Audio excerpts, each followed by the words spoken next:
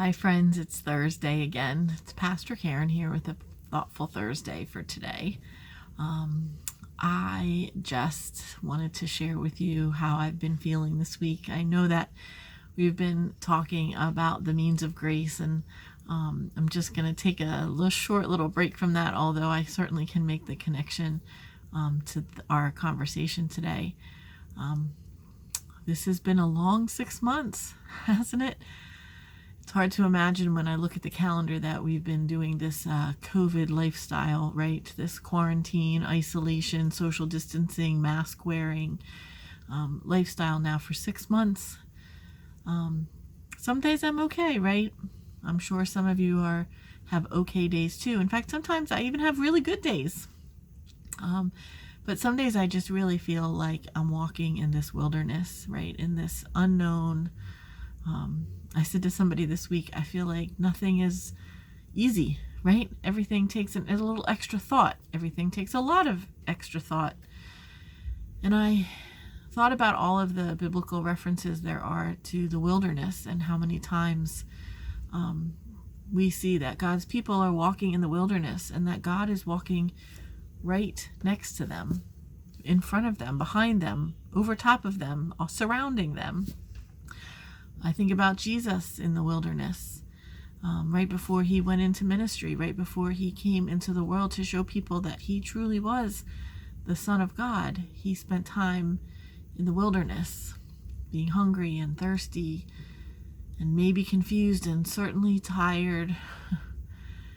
And so this week I've just been pondering this wilderness time, and not to be a downer and not to remind that we need to be reminded of how kind of challenging this time in 2020 is, not just with COVID and the restrictions that happen with our life because of that, but of all the racial injustice that's happening, all the division, all the hate talk and the anger that just seems to be so pervasive in our communities right now.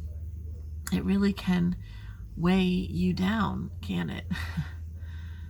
And this is a time when we would love to be surrounded by our friends, right? Wouldn't we love to just go to a concert or a movie or out to dinner with a group of friends and just have a great time and just make life a little normal for a little while?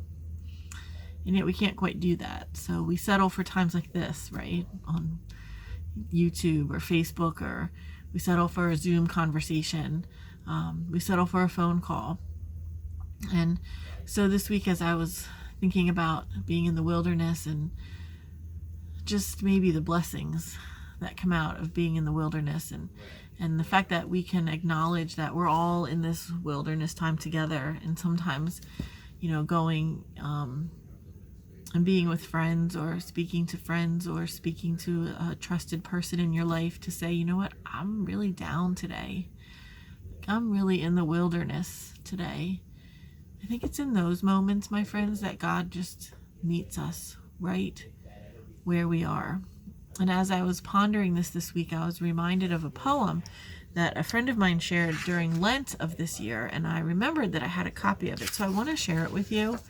The woman in this poem says that she had an abortion, but you can enter your own wilderness story, your own challenges, the secrets or the concerns that you kind of hide in your heart for that line that this girl speaks in this poem. So listen to this.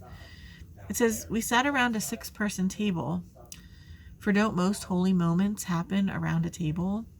6 women, 6 heartbeats, 6 names and identities. We gathered there once every 12 days to read and pray, to learn each other's names. It was nothing more than a burger bar, and we were nothing more than the truths we shared. So sitting around a basket of fries, I assumed I knew everyone there. Then the woman directly to my right said quietly to the group of 6 that night, 'I had an abortion when I was young, and my heart stopped, and my heart sunk.' For she had kept this wilderness in. She had carried this weight alone. She had grieved and prayed for peace, and I had never even known. She went on to speak of hurt and grief, of a prayer to God to end suffering. She went on to tell us her most vulnerable truth. And in an instant, that small leather booth became church.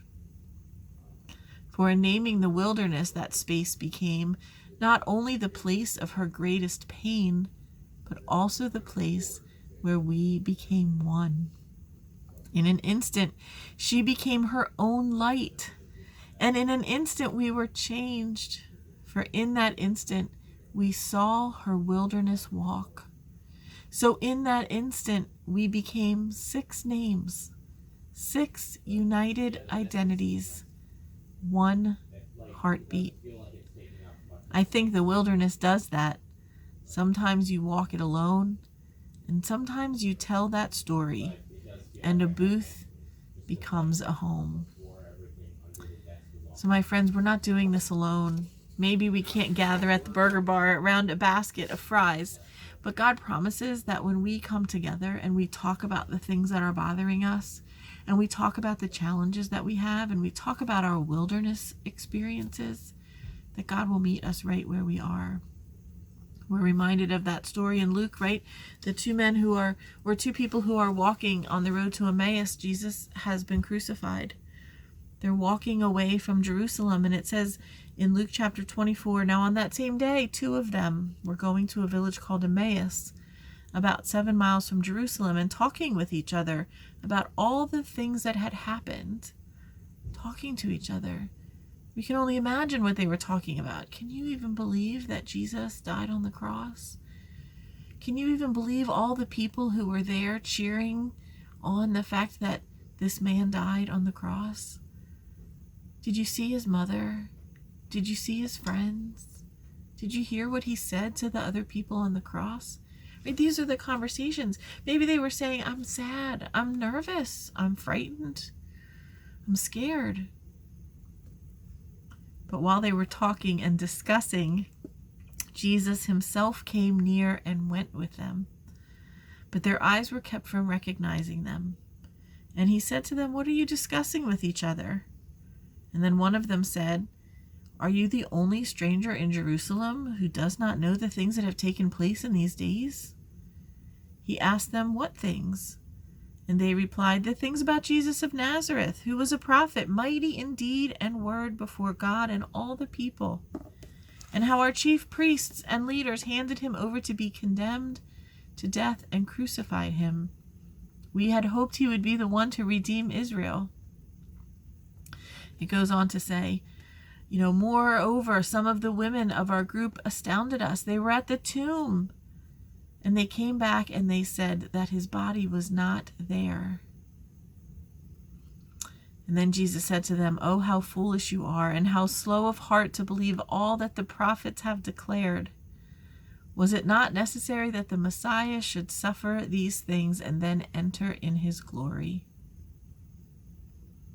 We keep reading on, and the 2 people invite Jesus into their home, still probably talking about the things that had gone on. And Jesus was revealed to them. I'll let you read Luke 24 for yourself. So my friends, be reminded, it's okay to talk about our hard times. It's okay to say, I'm having a bad day. It's okay to say, I've done some things I'm not proud of. It's okay to say, life is really hard right now, and I'm tired, and I'm weary, and I'm frustrated. Because in those times that we share with each other, God promises to meet us. Jesus walks up and stands beside us. Jesus says, I love you. I died for you. And I'm saving a place for you. And I bring you peace. He says, peace I leave you. This peace I give you. Not like the peace in the world, right? But only like the peace from God. So my friends, in all your wilderness moments this week, in all your hard times, in all your nervousness and anxiety and depression and craziness of life, I pray that you have that person to share it with. And I pray that you feel the peace of God, the amazing, amazing peace of Christ. Have a great week.